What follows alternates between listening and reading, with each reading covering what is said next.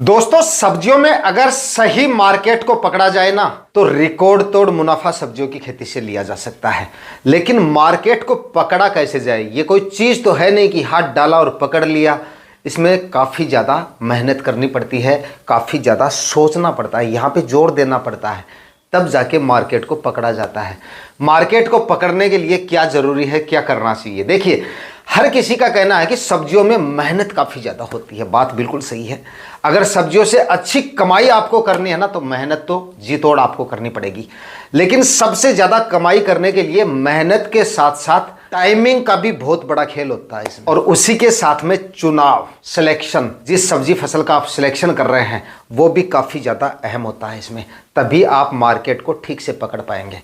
अगर आपने ऐसे वक्त पर कोई ऐसी फसल लगा दी और उसके बाद में जब वो फसल मार्केट में आती है उस समय पे उसके रिकॉर्ड तोड़ मंडी भाव मिलते हैं, तब आप समझ लीजिए कि इस फसल का हमने मार्केट पकड़ लिया। तो किसान भाइयों, आज हम एक ऐसी सब्जी फसल के बारे में बात करने जा रहे हैं जिसकी बुआई जिन किसान भाइयों ने नवंबर और दिसंबर माह में कर ली, रिकॉर्ड तोड़ कमाई आप इस सब्जी फसल से कर सकते हैं आने वाले सीजन में।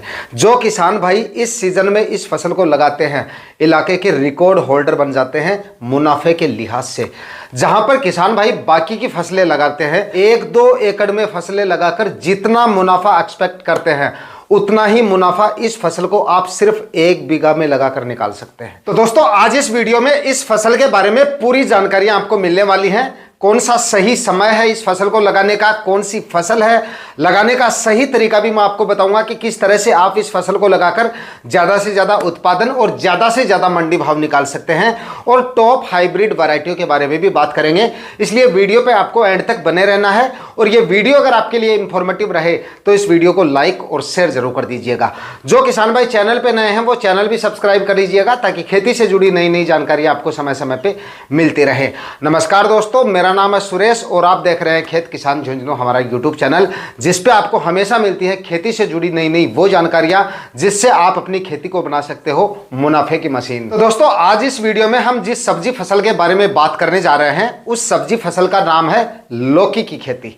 लौकी को आप साधारण सब्जी फसल समझने की कोशिश मत करना, कम से कम इस सीजन में तो करना ही मत। खास करके नवंबर और दिसंबर माह में जो किसान भाई लौकी लगाते हैं रिकॉर्ड तोड़ मंडी भाव आपको आने वाले सीजन में मिल जाते हैं। और दोस्तों, लौकी एक बेल वाली सब्जियों में ऐसी फसल है जो बेल वाली सब्जियों में आपको सबसे ज़्यादा प्रॉफिट देने की क्षमता रखती है, सबसे ज़्यादा प्रॉफिट, क्योंकि इसका जो उत्पादन है वो भी बेल वाली सब्जियों में सबसे ज़्यादा मिलता है इसका। इस वजह से इस सीजन में ये आपको सबसे ज़्यादा कमाई करके दे सकती है।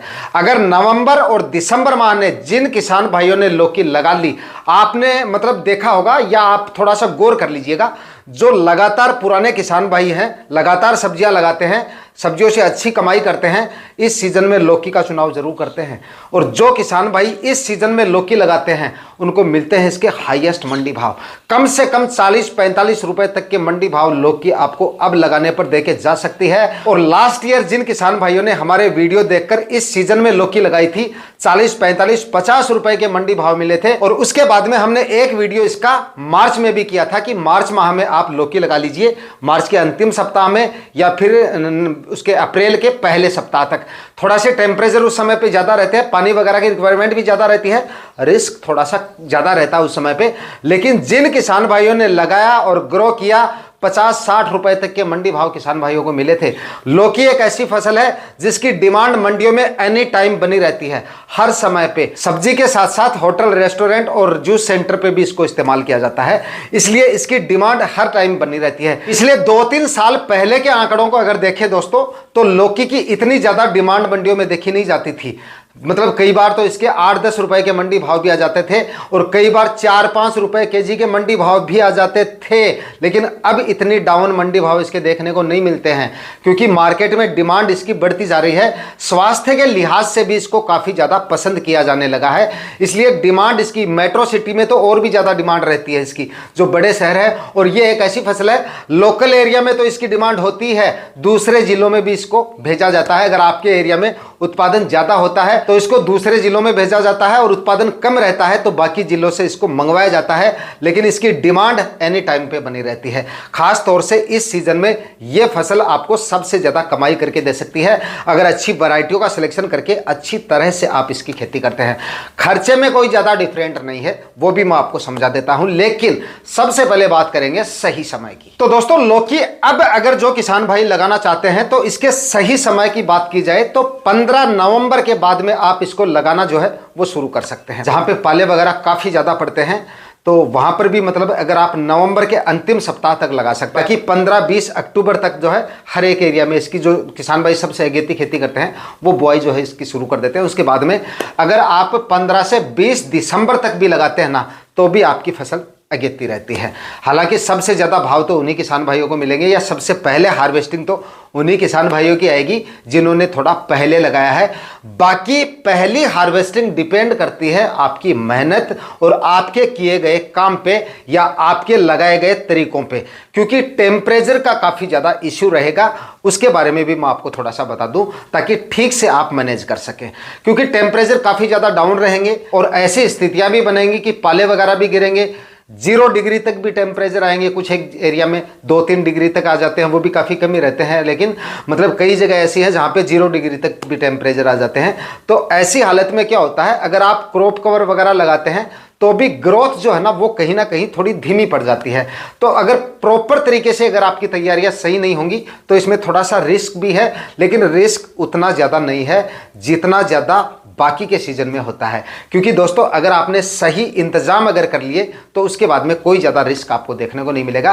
क्रॉप कवर की सहायता से भी आप लगा सकते हैं। काफ़ी किसान भाई कमेंट करके पूछते भी रहते हैं, तो यहाँ पर ये टॉपिक भी थोड़ा सा क्लियर कर देते हैं कि भाई पाला वगैरह मार तो नहीं जाता है। देखिए, जब आप क्रॉप कवर के अंदर इसको लगाते हैं और जब पाले वगैरह ज़्यादा गिरते हैं, जब आपको ऐसा लगे कि 0 डिग्री तक टेम्परेचर जा सकते हैं या 0 डिग्री से नीचे भी जा सकते हैं, तब थोड़ा बहुत असर आपको देखने को मिल सकता है या ज़्यादा असर भी हो सकता है, क्रॉप कवर के अंदर भी हो सकता है। तो ऐसे में आपको सिंचाई पे थोड़ा सा ध्यान देना है। मतलब आपकी फसल में उस समय पे पानी की डेफिशिएंसी नहीं होनी चाहिए, हल्की हल्की सिंचाई उस समय पे। क्योंकि दोस्तों पाले वगैरह ऐसा तो है नहीं कि महीने भर तक लगातार गिरेंगे। हमारे एरिया में 2-5 दिन तक, मैक्सिमम 3-4 दिन तक ज़्यादा से ज़्यादा जो है वो पाले गिरते हैं। तो ऐसे में आप 3-4 दिन तक हल्की हल्की, जब पाले वगैरह गिरने शुरू हो उस समय पे हल्की हल्की सिंचाई करते रहें। सुबह के समय हल्का सा धुआं वगैरह कर देंगे और ऊपर से आपने क्रॉप कवर लगा रखा है तो फिर आपको किसी भी तरह की समस्या का सामना नहीं करना पड़ेगा। क्योंकि क्रॉप कवर हमने लगा रखा है, नीचे प्लास्टिक मल्च हम लगा देते हैं, तो इससे काफ़ी हद तक टेम्परेचर जो है वो मेंटेन रहते हैं। अब आप में से काफ़ी किसान भाइयों के मन में ये सवाल भी आ रहा होगा कि भाई क्रॉप कवर अगर हम लगा रहे हैं तो इसमें तो खर्चा काफ़ी ज़्यादा हो रहा है। तो भाई देखिए, जो किसान भाई लौकी की खेती करते हैं तो बरसात या गर्मियों के सीजन में हम जो लौकी लगाते हैं उससे ज़्यादा खर्चा नहीं हो रहा है, उतना ही खर्चा हो रहा है। क्योंकि दोस्तों बरसात के सीजन में हम जो लौकी लगाते हैं उसको मंडप की सहायता से लगाया जाता है। अच्छे उत्पादन के लिए मचान वगैरह तैयार किया जाता है, जिसमें हमारा तारबास वगैरह का खर्चा जो है वो काफ़ी ज़्यादा होता है। तो वो खर्चा यहाँ पे हमारा क्रॉप कवर के अंदर हो जाएगा। इस सीजन में अगर हम लौकी लगाते हैं तो इसके लिए आपको मंडप तैयार करने की जरूरत नहीं पड़ेगी। यानी कि नवंबर में लगा रहे हो चाहे दिसंबर में लगा रहे हो, आपकी फसल चाहे अप्रैल तक चले, चाहे मई तक चले या चाहे जून तक चले। वैसे लौकी लंबी अवधि की फसल है, आप बुआई से पहले अच्छी मात्रा में खाद डालेंगे, फर्टिगेशन वगैरह समय पर करते रहेंगे तो मई तक तो आपको आसानी से ये उत्पादन देती रहेगी। और फरवरी माह से आपका उत्पादन जो है वो शुरू हो जाएगा। तो फरवरी, मार्च, अप्रैल, मई 4 महीने तक लगातार ये आपको उत्पादन देगी। और अगर आपने थोड़े से खाद उर्वरक अच्छी मात्रा में डाले, मैनेजमेंट अगर आपका सही रहा तो थोड़ा बहुत उत्पादन जून माह में भी इसका आपको मिल सकता है। तो जून माह तक जो है ना वो आपकी फसल जो है वो पूरी जमीन पे ही रहेगी, मंडप आपको नहीं लगाना पड़ेगा। तो वो खर्चा जो है वो आपको बच जाता है, वो खर्चा आप क्रॉप कवर के अंदर ऐड कर दीजिए। बाकी तारबांस में जो खर्चा होता है ना वो सिंगल टाइम होता है, उसमें काफ़ी ज़्यादा बांस वगैरह हमारे ख़राब हो जाते हैं, वायर वगैरह जो लगाते हैं वो भी ख़राब हो जाता है। लेकिन क्रॉप कवर जो है हमारा वो 5-6 साल तक आराम से चल जाता है, 5-6 फसलें हम उससे आराम से ले सकते हैं। तो वो सिंगल टाइम खर्चा हो रहा है हमारा। तो दोस्तों बताए गए समय पर आप लौकी लगा सकते हो। लौकी के मंडी भाव के बारे में मैंने बता दिया था, लेकिन एक छोटी सी लाइन यहाँ पे छूट गई थी, वो भी मैं आपको क्लियर कर दूं। वैसे तो आपके इसके मंडी भाव जो है शुरुआत में 40 से 45-50 रुपए के, या कई जगहों पे 65-70 रुपए तक के भी मिल जाते हैं शुरुआत में, बाद में नहीं, शुरुआत में। लेकिन अगर लौकी एक ऐसी फसल है, इसका उत्पादन हमें इतना निकलता है कि अगर क्रॉप कवर की सहायता से भी अगर हम लगाते हैं और 20 रुपए के मंडी भाव भी मिल जाए 2 महीने तक लगातार, तो भी हम इससे लाखों का यानी कि रिकॉर्ड तोड़ कमाई कर सकते हैं इससे, क्योंकि इसका उत्पादन काफ़ी जोरदार निकलता है बेल वाली सब्जियों में, जो कि मैं आपको पहले ही बता चुका हूं। तो 20 रुपए के मंडी भाव तो आप सोच सकते हैं कि आराम से इसके मिल जाते हैं, क्योंकि बरसात के सीजन में 20 रुपए के 18-20 रुपए के तो आराम से मिल जाते हैं। तो अगेती खेती अगर हम करते हैं तो कम से कम पकड़ के चलें तो 40 रुपए के मंडी भाव तो आप आराम से लेके चल सकते हो, चाहे आप किसी भी जिले या किसी भी क्षेत्र से हैं। और लौकी अगर आप लगाने की सोच रहे हैं तो तैयारियां अभी से आपको शुरू कर देनी है। पुरानी फसलों की अगर कटाई वगैरह हो गई है तो सूखी मिट्टी में एक कल्टीवेशन करके हेरो या रोटावेटर से और छोड़ दीजिए। रोटावेटर मैं आपको इसलिए बोल रहा हूं कि इस साल बारिश वगैरह काफ़ी ज़्यादा हुई है तो खरपतवार वगैरह काफ़ी ज़्यादा पड़ा होगा, बाकी हल से काम नहीं चलेगा। तो आप या तो हेरो निकलवा लीजिए, अगर खरपतवार सीमित मात्रा में है, पुराने खरपतवार वगैरह, मिट्टी में कचरा मतलब ज़्यादा नहीं है खेत में, तो आप 1-2 हेरो निकलवा के सूखी मिट्टी में और ज़मीन को छोड़ दीजिएगा। जब लगाने का समय आए उस समय में 5 से 6 ट्राली सड़ी हुई गोबर की खाद जरूर डाल दीजिएगा, क्योंकि ये मैंने आपको बताया कि लंबी अवधि की फसल है, थोड़े ज़्यादा दिनों तक ये अच्छे से हमें उत्पादन दे और उत्पादन की क्वालिटी अच्छी मिले, रोग बीमारियां आपको काफ़ी कम देखने को मिले, सर्दियों में अच्छे से ये सर्वाइव कर सके।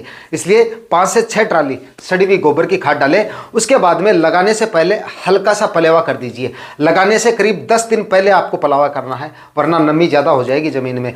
10 या 15 दिन पहले करेंगे तो और भी अच्छा रहेगा। और पलेवा करने के बाद में 5-6 दिन तक ज़मीन को जो है वो पड़ा रहने देता। अगर चिकनी मिट्टी यानी कि भारी मिट्टी अगर नहीं है तो आप ज़्यादा 10 दिन तक भी इसको पड़ा रह सकते हैं। इससे क्या होगी कि ज़मीन में सर्दियों वाले जो खरपतवार होते हैं उनके जो बीज पड़े हैं उन सभी बीजों का जर्मिनेशन हो जाएगा। खरपतवारों पे निकालने का या ख़त्म करने का जो खर्चा आपका वो बच जाएगा और फसलें रहेंगी हेल्दी और स्वस्थ, क्योंकि खरपतवार फसलों में जितने कम होंगे उत्पादन उतना ही बेहतर मिलता है। तो एक तो वो खत्म हो जाएंगे, मिट्टी टाइट सूखी ज़्यादा रहेगी तो डलियाँ वगैरह जो है वो नहीं बनेंगी, तो वो थोड़ा सा आप कर लीजिएगा। उसके बाद में 2-1 बार ज़मीन का अच्छे से कल्टीवेशन करके लगाने से पहले, और रासायनिक खाद उर्वरक भी इसमें आपको डालने पड़ेंगे।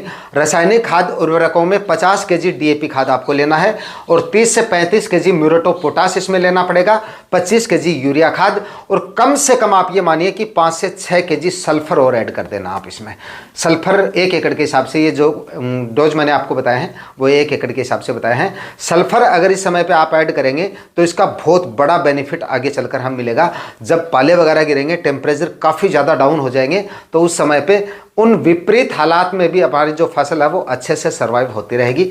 टेम्परेचर की वजह से विपरीत असर आपको जो है वो देखने को नहीं मिलेगा फसल में। एक तरह से आप ये कह सकते हैं कि टेम्परेचर या क्लाइमेट के प्रति थोड़ी सहनशील हो जाएगी फसल। हर स्थिति में आपके प्लांट को मजबूत बनाए रखती हैं, तो वो थोड़ा सा आप डाल दीजिएगा आखिरी कल्टीवेशन से पहले। इसके बाद में 7-7 फीट की दूरी पर बेड बना लीजिएगा, 25 माइक्रोन की प्लास्टिक मल्च लगानी है और 1-1 फीट की दूरी पर बीजों की बुआई करनी है। ध्यान रखें कुछ किसान भाई जिगजैग बुआई नहीं कर देनी है आपको, क्योंकि इसके प्लांट काफ़ी ज़्यादा होते हैं। बरसात के दिनों में तो डिस्टेंस और भी ज़्यादा रखा जाता है, क्योंकि उस समय पे प्लांट काफ़ी ज़्यादा फैल जाते हैं बारिश वगैरह होने की वजह से। लेकिन गर्मियों में बाद में जाके प्लांट उतने ज़्यादा नहीं फैलते हैं, इसलिए आप 7-7 फीट की दूरी पे बेड बना सकते हैं। इससे आपके प्लास्टिक मल्च पे होने वाला जो खर्चा है वो भी थोड़ा सा बच जाएगा। काफ़ी किसान भाई क्या करते हैं, बेड से बेड की दूरी कम रख लेते हैं और बीज से बीज की दूरी ज़्यादा रख लेते हैं। इससे आपके प्लास्टिक मल्च पे होने वाला जो खर्चा है वो थोड़ा सा बढ़ जाता है।